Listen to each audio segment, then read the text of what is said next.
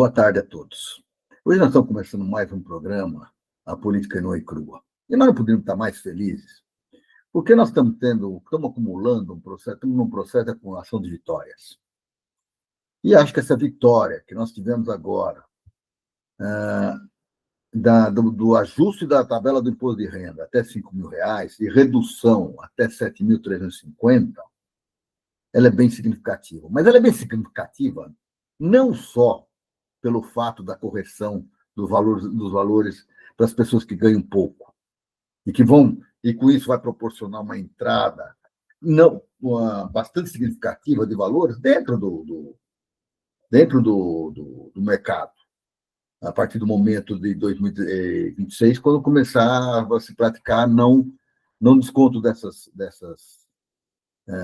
taxas de imposto de renda em cima de gente que não tem nem como pagar isso. Isso vai dar um significativo avanço. Mas esse não foi a grande vitória. Isso aí até poderia ter sido, se tivesse havido um processo constante de correção de valores, provavelmente isso aí já teria sido resolvido. Teria sido resolvido. Porque, de uma maneira esperta e malandra, não se altera a tabela do imposto de renda, então vai colocando mais pessoas, cada vez mais, dentro das pessoas que são tributadas, para sustentar um governo. E, por outro lado, e aí acho que a grande vitória foi a inclusão daqueles que ganham muito e que pagam muito pouco de imposto de renda, ou nem pagam. Ou nem pagam. E como essa questão de pessoal que recebe dividendo de grandes empresas, a acionista do Banco Itaú, uma das proprietárias do Banco Itaú, recebe lá uma quantia de bilhões e não paga nada. Então, esta foi a grande vantagem, essa foi a grande sacada. Isso é que trouxe para todos um novo ânimo. Isso aí só foi proporcionado porque nós entramos num processo de levantar a cabeça e começar a exigir. Então, nós começamos a trabalhar de uma maneira muito mais lógica. Então, vejam vocês, no 7 de setembro, nós fomos às ruas. Pouquíssimas pessoas para as ruas. Nós não estávamos entendendo a nossa força e a importância de nós estarmos juntos, dando força a esse governo do Lula. Nós não estávamos entendendo isso. Então, poucas pessoas. Em São Paulo tinha 7, 8 mil pessoas, no Rio de Janeiro tinha lá 7 mil pessoas, e outros lugares não tinham. E a direita se sentiu importante. Agora nós somos todos poderosos. Já vieram com a PEC da bandidagem e com a proposta da anistia para os golpistas lá de 2023. E que vinham fazendo um processo todo de destruição desse país. Porque, na verdade, eles têm que ser julgados não só pelo golpe. Eles têm que ser julgados por tudo que eles fizeram. Toda a destruição que eles fizeram aos biomas do Brasil, toda a destruição que eles fizeram, destruindo estruturas e permitindo com que as máfias, as milícias, não sei o que, se penetrassem pelo Estado. Eles precisavam de pagar por tudo isso, pela destruição da universidade, pela destruição da nossa ciência e tecnologia e pela morte de 700 mil brasileiros, porque tiraram sarro na cara de quem ficou doente no período da pandemia. Eles merecem muito mais que isso. Então, a grande vitória foi pegar este povo, que é justamente o povo que sustenta e dá força a esses movimentos da direita, e botar neles uma taxação. Agora vocês vão pagar. O povo pobre, o povo sofrido, que ganha pouco, que está lá dentro, os aposentados, que estão lá dentro, os trabalhadores de categorias mais baixas e tudo mais, não vai pagar mais. Vocês vão pagar. Isso foi fundamental. Essa foi a grande vitória. Dizer que eles vão pagar 10% é muito bom. Dá muita força para todos nós. E dá muito mais força para todos nós que tivemos nas manifestações do dia 21. Esclareço de cara que eu não estive porque eu estava doente. Tinha feito uma operação e não podia ir. Mas logo, logo eu estou de volta. Mas aquilo me fez ter força, como vocês foram. Em todas as capitais desse Brasil, nós vimos aquela massa de gente, aquele povo, substituindo aquela bandeira americana indigna que foi apresentada lá na Praça da Paulista pela pessoal da direita no dia 7 de setembro, pela bandeira do Brasil. Este Brasil que nós queremos construir. Esse Brasil que nós temos esperança de fazê-lo muito melhor do que ele é. E não podemos dizer que não estamos sofrendo para fazê-lo cada vez melhor. Porque pegar um país destruído, pós-Bolsonaro e sua laia, que é uma laia de bandidos, quadrilheiros e golpistas, e transformar e recuperar esse país contra as forças que existem hoje, as forças de mercado, as forças que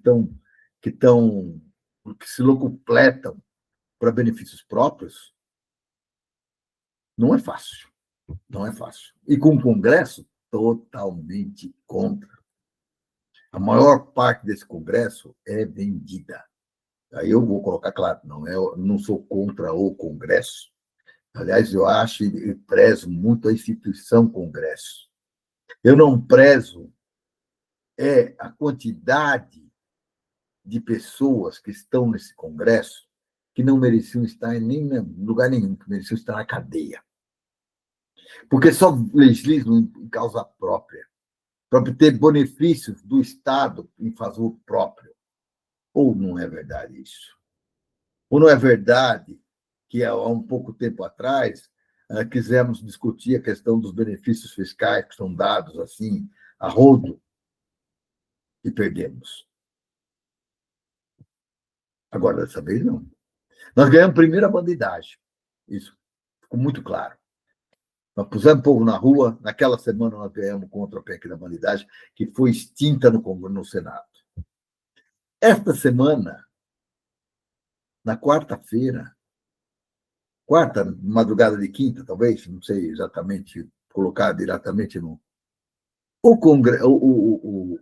A Câmara dos Deputados, por unanimidade, aprova a redução da tabela do imposto de renda.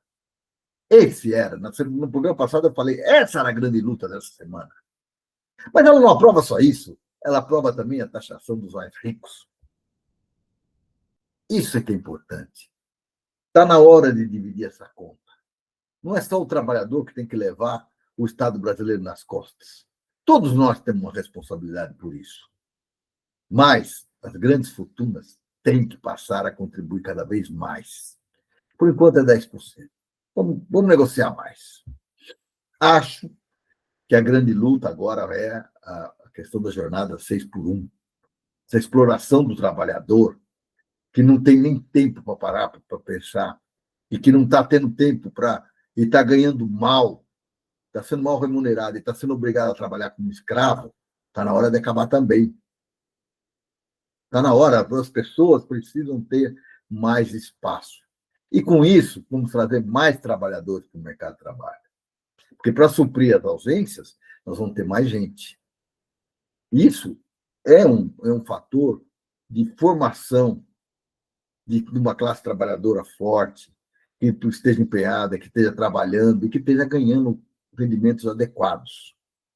Então, essa é a próxima. Mas não só isso, nós temos que estar atentos a tudo. E nós não podemos baixar as bandeiras que nós levantamos no dia 21 de setembro. Não podemos. Essas bandeiras têm que estar bem hasteadas, bem fortes e bem fincadas no chão, para que a gente saia às ruas, aprenda que sair às ruas faz toda a diferença. Pessoal da esquerda, meus companheiros, essa história de dizer que o Lula sozinho resolve é comodismo. É comodismo, é falta de vontade de lutar, é falta de querer justificar que nós não podemos ter esperança. A esperança só o Lula que sabe resolver. Não, nós temos que estar unidos, fortes, organizados, para que a gente possa dar força necessária para que o governo do Lula faça a diferença. neste mandato e no próximo mandato. Não se esqueça que nós estamos no meio de uma luta política, onde o Congresso surrupia 50 bilhões do orçamento, traz para o benefício próprio para se garantir no próximo Congresso. Vocês não estão pensando nisso, né? Está na hora de derrubar isso. O próprio governo não tem recursos para desenvolver uma série de atividades que precisa fazer pelo bem comum e não pelo bem das famílias dos deputados que estão lá dentro, ou dos amigos dos deputados que estão lá dentro do Congresso. Está na hora da gente discutir isso. E isso a gente só consegue se a gente vai às ruas e diz não ao orçamento obrigatório, não ao orçamento PIX, ou orçamento do sei o quê, o nome que quiserem. Não há nada disso. Vocês têm o papel de legislar. Quem tem o papel de executar somos nós. Quem tem de definir prioridades somos nós. Nós que fomos eleitos para sermos o presidente da República. Não eu, pessoalmente. Nós do Lula. O Lula e a estrutura do Ministério. Nós precisamos de mais na educação, mais na saúde, mais na infraestrutura. Nós precisamos de mais em tudo. Nós precisamos desenvolver ciência, tecnologia e a inovação. Nós precisamos de desenvolver as universidades. Nós temos que pensar no futuro desse país. Nós não vamos a lugar nenhum, nem daqui até a esquina, se nós não tivermos as próximas gerações preparadas para enfrentar os desafios que vêm no século XXI, século XXII, aí para frente. Isso tem que ser plantado já. Não, você está muito louco, você está falando já de século XXII. Não. Como é que vocês acham que nós temos que formar? Nós temos que mudar esse país. Não se esqueça que as crianças estão nascendo hoje, 2025, daqui 3 ou 4 anos vão para a escola, vão para uma escola de primária, não é primária, é aquela escola maternal. E lá vão aprender muitas coisas. Depois vão para o primário, depois vão para o secundário, depois vão para a universidade e vão para a pós-graduação. Se nós não dermos as condições para que isso seja feito de uma maneira para formar gente que tenha capacidade crítica, que tenha capacidade de inteligência para desenvolver projetos para o futuro desse país, para que tenha uma sensibilidade humana para entender o nosso povo e as nossas necessidades. Se nós não tivermos gente preparada, nós não vamos a lugar nenhum. Nós vamos ficar sendo vítimas e vamos ficar ficando nesse papel de produtor de commodity que fornece os matérias raras, terras raras, fornece soja, não sei o que, para os outros produzirem e nós comprarmos. Senão não está sempre na dependência. Está na hora de olhar para a independência futura nossa, das futuras gerações nossas. E isso se consegue com o quê? Com educação, com formação, mudança de cultura, evolução. Isso precisa estar no olho de qualquer governo. De qualquer governo. Repensar as escolas. Repensar as escolas não é botar os moleques batendo continência, nem cantando o hino de manhã, nem com o hino à tarde, nem denunciando professores que estão discutindo as matérias de uma maneira mais ampla, dentro da realidade do nosso país, do nosso povo. Isso não é. Nós temos que formar gerações que façam a diferença nesse país. Nós temos que olhar para o exemplo, por exemplo, da China. Quantos engenheiros da China formam por ano? Mas para que eu preciso de tanto dinheiro? Precisa, sim. Nós temos tecnologia a desenvolver. Por que nós precisamos de mais agrônomos? Porque nós precisamos dar mais apoio à agricultura familiar. Nós precisamos dar mais apoio à regeneração dos nossos biomas e das nossas áreas cultiváveis. Nós temos que dar condições para que a gente consiga olhar para o futuro do campo ou da cidade sem atrelar a parâmetros hoje que estão ligados apenas ao lucro imediato e não ao lucro futuro. Então, a palavra regeneração ela tem que vir aqui forte com a gente. Tem que estar aqui no nosso ouvido. Como desenvolvimento de tecnologia, para quê? Ah, vou desenvolver tecnologia porque eu preciso de tecnologia para ter mais lucro? Não. Eu preciso ter melhores condições para o meu povo. Eu preciso ter a melhor medicina, a melhor educação. Eu preciso ter a melhor agricultura. Eu preciso ter as melhores relações humanas. Eu preciso ter as melhores comunicações. Eu preciso ter isso. Eu preciso me livrar de uma vez por todas. Olha aqui, isso eu estou falando em todos os programas. Dessa dependência das redes do Elon Musk e companhia bela. Não é por aí. Nós temos que construir nossas próprias redes. Nós temos que ter capacidade de gerir as nossas próprias estruturas. E nós estamos fornecendo o quê? Dados dos brasileiros para os estrangeiros? Que é isso? Inteligência artificial é importante, tem que ser desenvolvida aqui também. Big Techs, tem que ter Big Techs nacionais. Ah, mas você é muito nacionalista. Sou.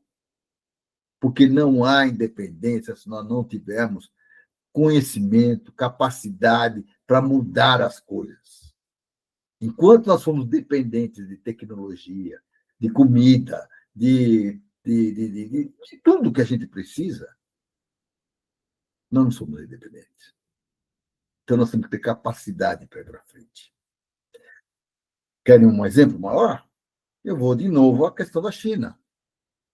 O Trump falou assim, 50% de sobretaxa na China, 50%, 100%, 100%, 125%, 125%. Ah, não, não, peraí, vamos conversar. Por quê? Porque ele sabe que lá tem força, que lá tem capacidade, que lá tem gente preparada, que tem povo preparado e que para esse embate não compensa para eles se meter a besta. Mesmo porque as empresas americanas que estão lá foram para lá para quê? Para aprender também. Primeiro foram para lá porque era mais barata a mão de obra. Hoje estão aprendendo. Eles têm mais capacidade do que os americanos. E o que eles fazem hoje nos Estados Unidos? Destroem a universidade. Está aí nesse modelo desse grande figura, o laranja, ele está destruindo os Estados Unidos, as universidades americanas. Veio agora com uma conversa, olha a conversa, se isso é conversa, nós já ouvimos essa conversa na ditadura militar, de transformar o exército contra as forças internas do país, botar as forças armadas contra o próprio povo. Foi isso que levou a essa destruição que o Brasil teve por 21 anos.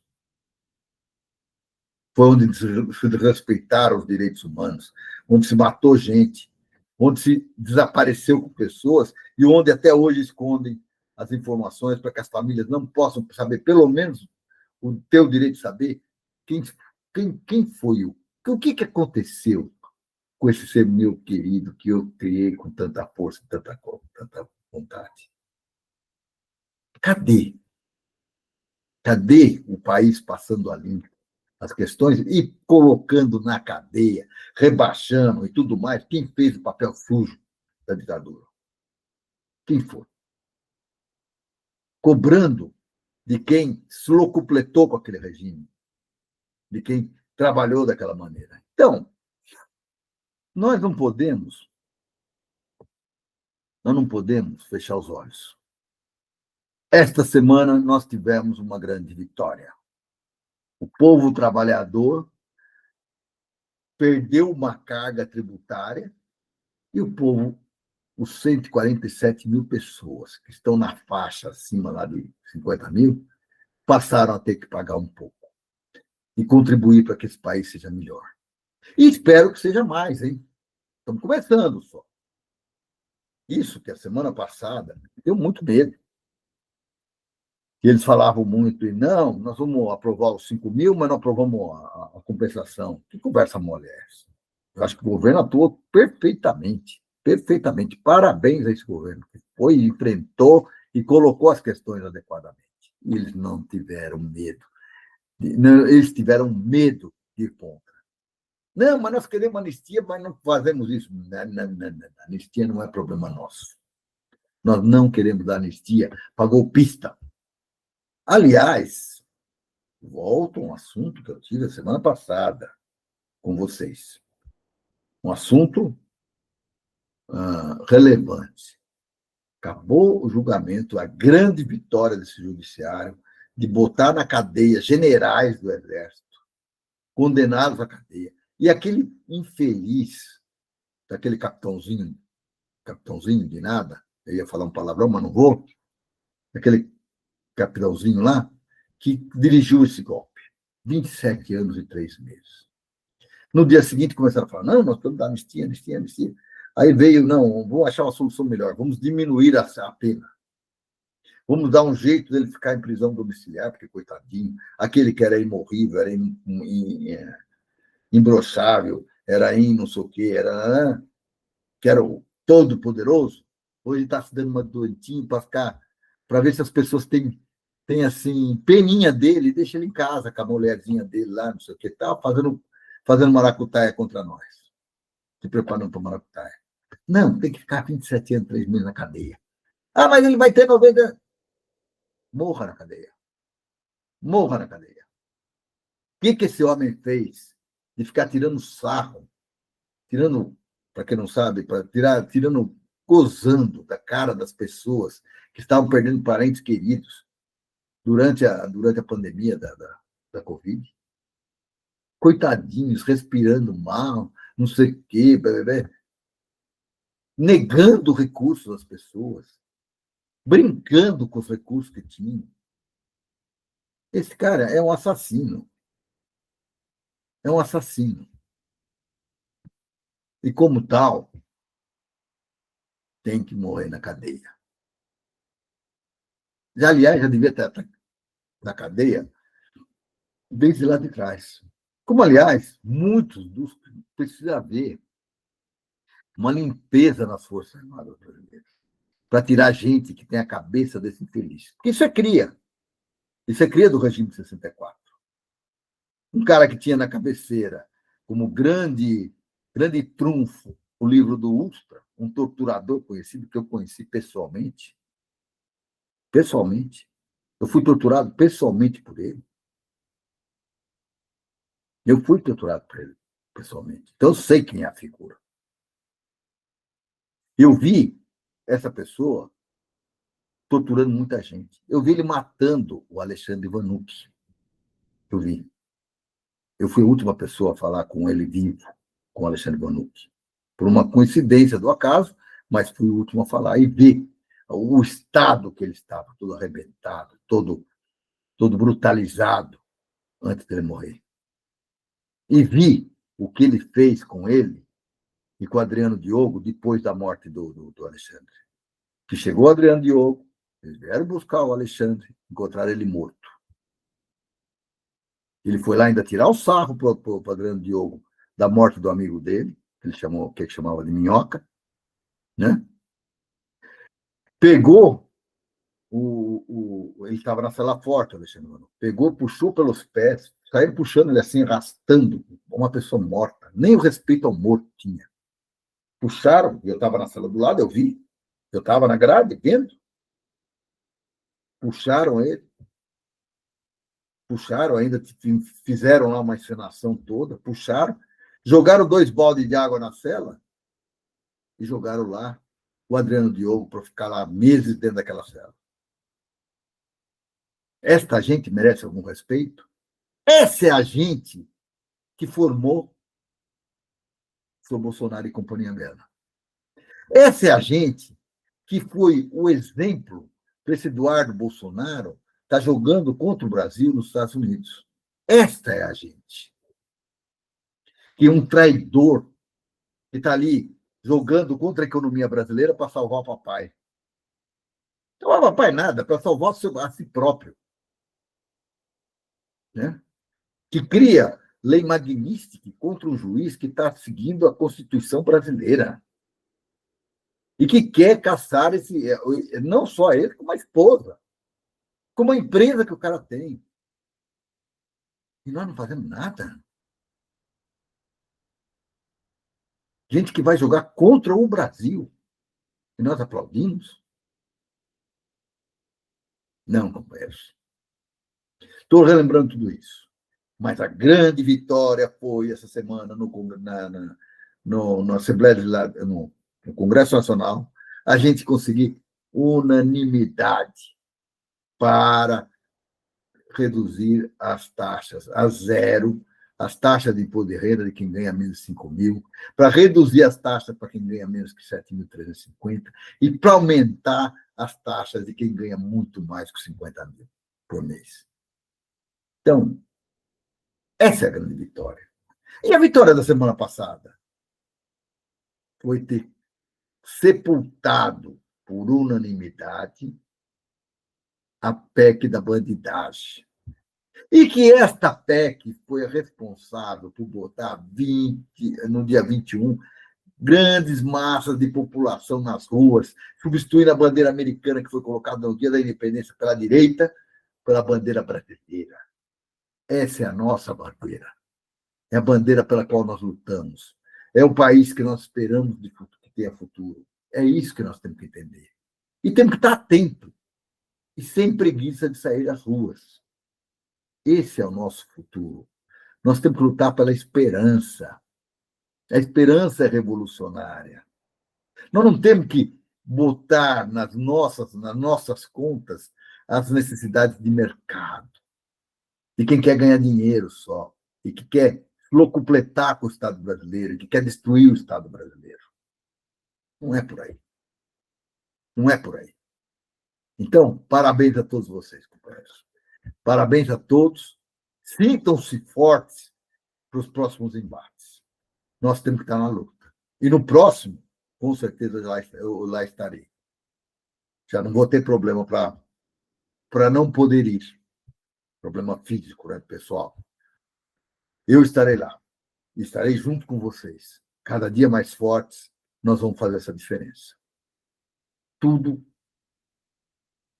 depende de nós, da nossa organização, da nossa capacidade de estar unidos e da nossa capacidade de gritar. E não se esqueçam. É muito bonito e nós vamos usar bem as redes sociais, como eu estou usando aqui no meu programa, e vocês vão usar em outros lugares, e nos Facebook, nos Instagram e tudo mais. Mas o que marca e o que coloca força a qualquer movimento é a capacidade de nós levarmos gente para as ruas. E é isso que nós temos que buscar. Só isso. Vamos levar cada vez mais pessoas para as ruas. Vamos aprofundar os nossos debates cada vez mais. Nós temos que ir a lugares onde hoje a gente não chega, mas já chegamos no passado. Ou vocês não se lembram das SEBs, por exemplo. Hoje foram substituídas pelas igrejas evangélicas, que estão indo até as pontas. Mas que hoje também já começaram a perceber que é uma furada andar de braço com Bolsonaro da vida. Gente desqualificada, gente que não tem o mínimo respeito pelas pessoas, gente que não tem respeito por eles mesmos, que desrespeita a mulher, que desrespeita os jovens, das crianças, que destrói a educação. Isso não é gente para se unir a pessoas que sonham com um mundo muito melhor. Então, está na hora de fazer também uma autocrítica ao movimento evangélico. Pessoalmente, não tenho religião nenhuma, mas estou chamando a atenção dos evangélicos. Observem o que vocês estão fazendo, com quem vocês estão fazendo. Quem é que vocês estão juntos? Com quem que vocês estão juntos? Com gente que está ligada à milícia, que está ligada ao tráfico, que está ligada a grandes grupos financeiros, a gente que está ligada aos malfeitos e que querem transformar essa nação num cercadinho de colonial dos Estados Unidos da América. Então, vamos em frente. Nesse bloco, nós vamos falar um pouco de uma questão que chamou muita atenção, né? Essa semana, o Trump chamou todos os generais que estão no mundo todo. Os Estados Unidos é um país guerreiro, mas não guerreiro pela liberdade, guerreiro pelos interesses próprios, né? A gente chamou gente da área e tudo, botou todos os generais que ele tem lá de alto escalão, botou tudo numa sala. Para exigir o quê? Exigir respeito e ligação com ele. Tá? Ele quer que as Forças Armadas atendam aos seus interesses. Tá? Hoje, as Forças Armadas americanas, elas já atendem os interesses dos grandes capitais americanos. Porque não é à toa que eles estão no Iraque, estão que invadiram o Vietnã lá atrás. É tudo defendendo o interesse deles. Né? Não é ou a Coreia ou tudo mais. Onde eles estão para destruir, não para construir. Não é à toa que boa parte dos grupos que eles chamam de terroristas hoje foram crias dele mesmo. E que depois se rebelaram contra eles. Então, e agora inventou também essa história de trazer as Forças Armadas em defesa dos inimigos internos. Quem que são os inimigos internos? Para eles, os inimigos externos estão nas cidades que são dominadas pelos democratas, que têm prefeitos democratas,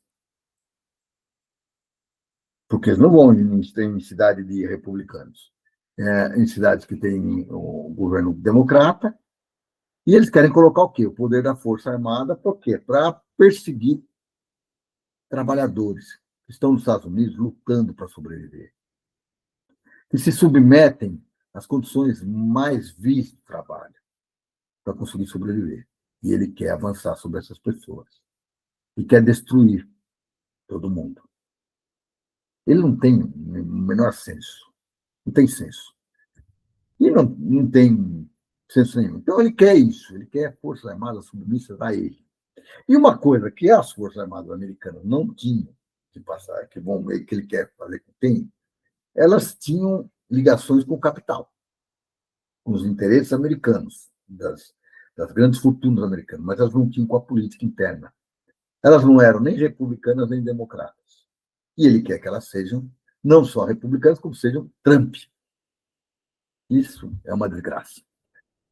É uma desgraça e ele está forçando a barra para conseguir isso. E está trazendo, então, trouxe generais do mundo todo, que chegaram lá sem saber o que iam fazer. Né? Iam fazer. O que eu vou fazer? Chegaram lá sem ter a noção do que iam fazer, mas tiveram que engolir esse discurso durante a semana. Isso é um perigo para o mundo todo. Querem um exemplo? Olha o que ele tentou, ele meteu um tarifaço de 50% para o produto brasileiro, ele meteu lei magnífica no Alexandre de Moraes, na mulher do Alexandre de Moraes, ele tirou o visto de um monte de gente, proibiu na prática que o ministro da Saúde do Brasil tivesse numa reunião da Organização Pan-Americana de Saúde. Ele joga contra o mundo livre e joga em favor dos seus interesses. Ele é o homem do cassino. Ele é o homem das grandes negociatas. Ele é o homem que joga contra tudo e contra todos e que não tem escrúpulos. Ele é aquele pervertido que joga contra as menininhas. Ele é aquele pervertido que tenta destruir o povo americano e seus valores básicos. Ele é o que há, é o protótipo do novo Hitler. E é isso que ele está querendo fazer com as Forças Armadas. Que elas batam continência para ele e que marchem sob as ordens dele sem questionar qualquer questão. Tá? Então, ele quer tirar dinheiro da saúde, dinheiro da educação, jogar nas Forças Armadas, mas dele. Então, esse cara é um perigo. Observem isso. Bom, mas aqui nós temos também os MAGA, né? Os Make America Great Again. E o maior exemplo disso é quem está sendo vendido pela direita, como futuro candidato a presidente, de vez em quando diz que não, mas ele é o futuro candidato a presidente, o doutor Tarcísio. um governador de São Paulo, que era um ministro da infraestrutura, depois foi eleito governador de São Paulo, sem nem conhecer São Paulo, mas que disse que veio? Ou vocês acham que quando ele vendeu a Eletrobras, ele não vendeu a Eletrobras na Bacia das Almas? Ele não trouxe benefício para ele próprio e para o grupo que ele representava. A venda da Eletrobras significa um grande atraso para o Brasil. Mas não é só isso. Ele vem para São Paulo e vende. Eu falei já isso semana passada. Eu não sei os números exatos, tá? Mas eu sei a relação das coisas.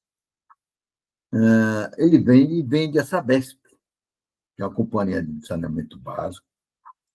Eu, pessoalmente, tinha muito contra ela e comecei um movimento lá na minha cidade contra ela, porque ela assinava contratos e ela se garantia. Porque ela se garantia no sentido seguinte: eu tenho uma empresa de saneamento básico que se preocupava como é que ela ia remunerar os seus acionistas na Bolsa de Nova York, e não como é que ela ia prestar um bom serviço ao povo local. A minha cidade é um exemplo disso.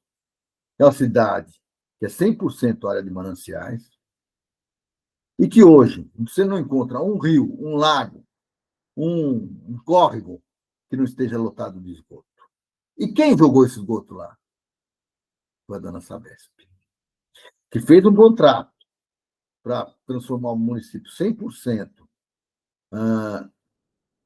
com saneamento básico, com água e com esgoto, que ia pegar todo esse esgoto e ia jogar no interceptor, que ia jogar para São Caetano, uma outra cidade, para lá ser tratado esse esgoto. Mas é muito mais simples largar nos próprios rios e lagos e córregos da cidade. Por que não?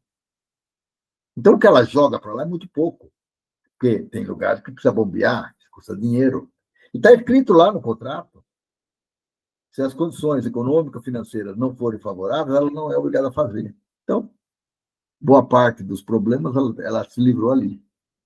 E o besta do prefeito que assinou isso, eu vou falar que é uma besta mesmo, que assinou isso, e que bate palma para isso, ou sei lá se bate palma ainda hoje, mas não percebe esse problema.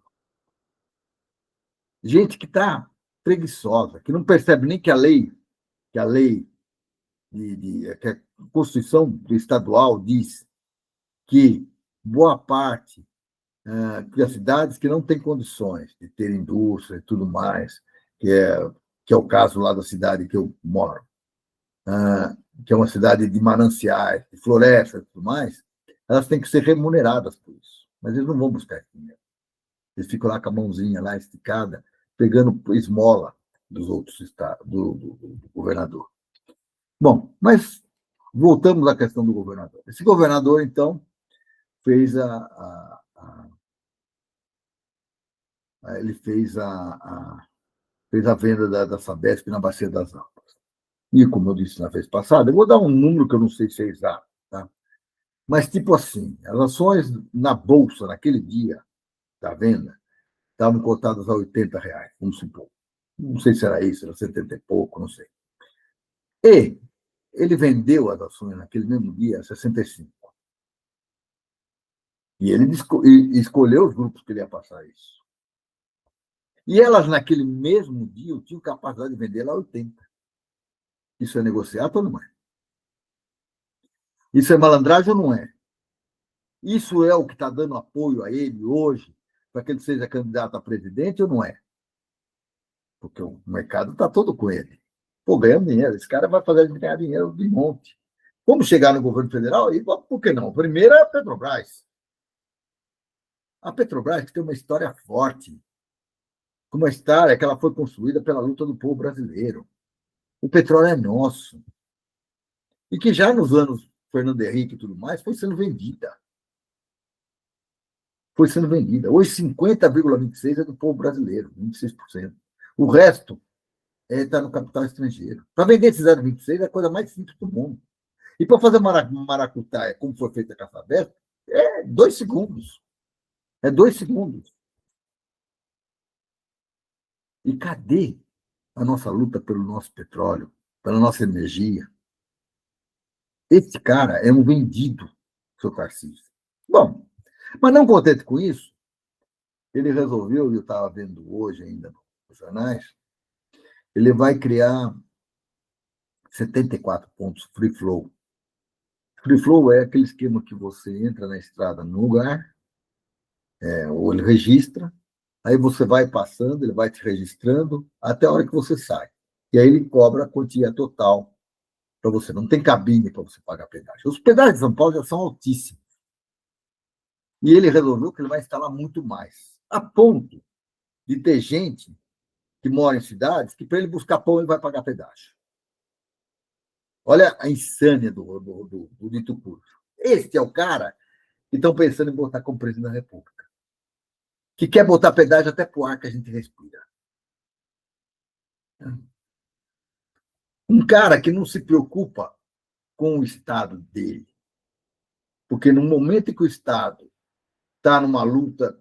Primeiro, vamos colocar primeiro como que ele chegou aqui. Chegou querendo mostrar serviço. O que ele fez? Desceu para a Baixada Santista, lá para o Guarujá, e matou gente a rodo. Matou gente a rodo. Gente que não merecia. Criança, chefe de família, tudo mais, foi morto. Porque ele queria mostrar que ele era poderoso. Ele estava fazendo aquela mesma coisa que fizeram no Rio de Janeiro e que fortaleceram as milícias. E aí as milícias estão aí. O PCC está mais forte do que nunca. Ou esse escândalo que pegaram outro dia aqui, dos combustíveis, que mexeu com o Fintex e tudo mais, que mexeu com a Faria Lima, que também é outra que está envolvida no assunto, não significou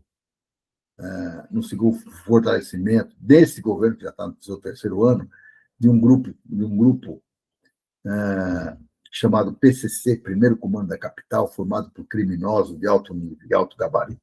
Inclusive, alguns puseram dinheiro na campanha do próprio Tarcísio. Ele deve favor para eles. E não só isso. Agora, a crise atual, que está aqui em São Paulo, mas que está em nos outros estados também, está começando a aparecer, é de colocar metanol nas bebidas. Aquele metanol que puseram nos combustíveis e que pegaram mais de 1.000 postos com aquelas distribuidoras, refinadoras que foram vendidas da Petrobras e que foram transformadas para o crime, e mais as usinas que o próprio crime conseguiu comprar, tacando fogo nas propriedades no ano passado em São Paulo, e transformou aquilo ali transformou aquilo em venda de produto adulterado para a população brasileira, né?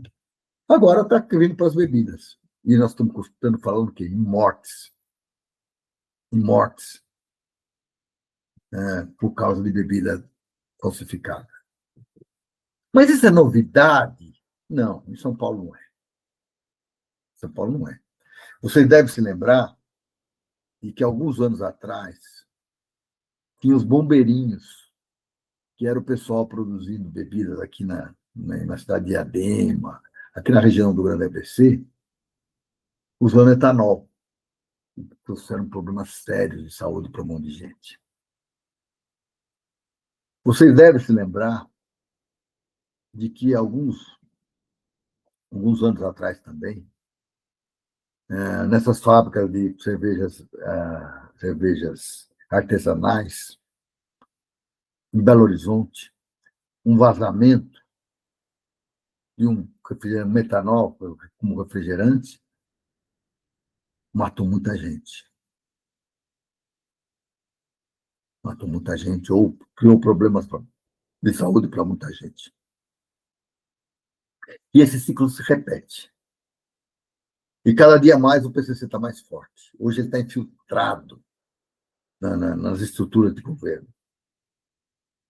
A ponto de a Polícia Federal resolver fazer uma análise desse processo que está ocorrendo agora e ter como resposta do governo de São Paulo, não, isso aqui não é coisa do PCC. Como não? Não pegaram mesmo o metanol sendo importado em grande quantidade pelo PCC? Semana passada ainda, toneladas e toneladas nos portos. Agora os postos estão fechados. Então, onde é que eu vou largar isso aí, esse metanol? Joga na bebida. Mata o povo. Portanto, é o lucro. É o lucro. Isso é que vale. Dinheiro. E este governador, que é um completo maluco, que tem como chefe da segurança um tal Derrite, que não tem o menor respeito pelos direitos humanos dos pobres, mas que se morre de medo do PCC. Não só morre de medo, não vou ousar dizer que se locupleta com eles. Está aí, construindo a imagem para ser o presidente. Construindo a imagem para ser o presidente. E aí, tantos problemas acontecendo aqui em São Paulo, nesse problema, né, nesse período, e ele vai lá para discutir a anistia do padrinho dele, aquele desqualificado. Ele vai lá. É isso que ele faz. Vende a imagem de bonzinho. E pior, eles envolvem todos os sistemas. Até no meu sistema, que é o sistema com FEA-CREA, que é onde estão alocados os engenheiros, o vendido do presidente do Confia, o senhor Vinícius Marquesi, convida para a abertura do encontro de engenheiros, onde deveria ser um encontro para discutir coisa séria, discutir o futuro desse país, discutir o plano de desenvolvimento para esse país, de discutir como a engenharia pode ajudar esse país a andar para frente, convida justo quem? O senhor Tarcísio. Ah, mas ele é engenheiro cacete. Pode ser até engenheiro por ter diploma, mas é um vendido.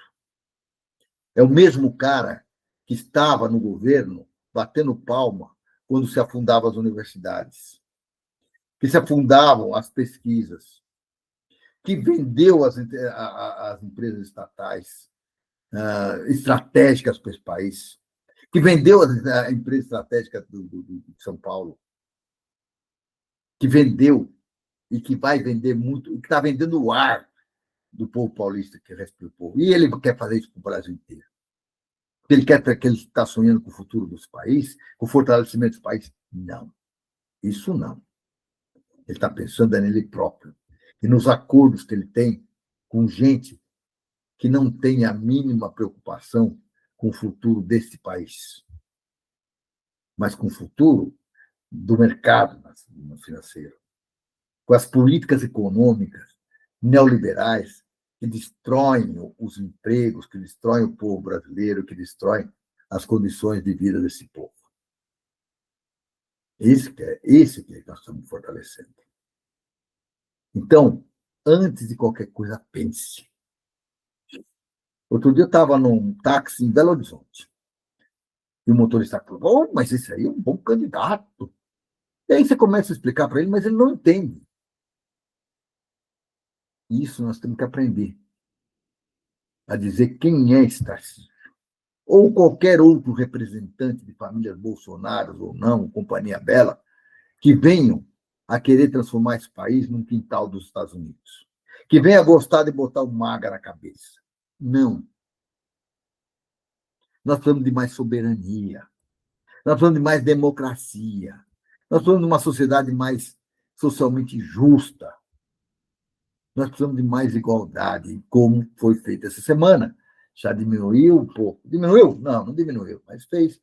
Você vai pagar e ajudar esse país a ser um país cada vez mais forte. Você vai ter que pagar imposto de renda, não o povo pobre e sofrido. É uma grande vitória. Então, companheiros, não vamos nos iludir. Não vamos nos iludir. Nós temos que estar com muito cuidado e estar muito organizados e com disposição de ir para as ruas sempre que for necessário, para dar força para o nosso governo, para dar força para o futuro das nossas futuras gerações e para construir um novo Brasil. Porque, afinal de contas, a esperança é revolucionária. E se nós queremos construir um novo país, nós temos que ser revolucionários. E com isso, meus companheiros, termino mais esse programa e desejo a vocês um ótimo fim de semana. E que, nesse período, reflitam bastante sobre a importância do nosso trabalho para construir um Brasil de futuro.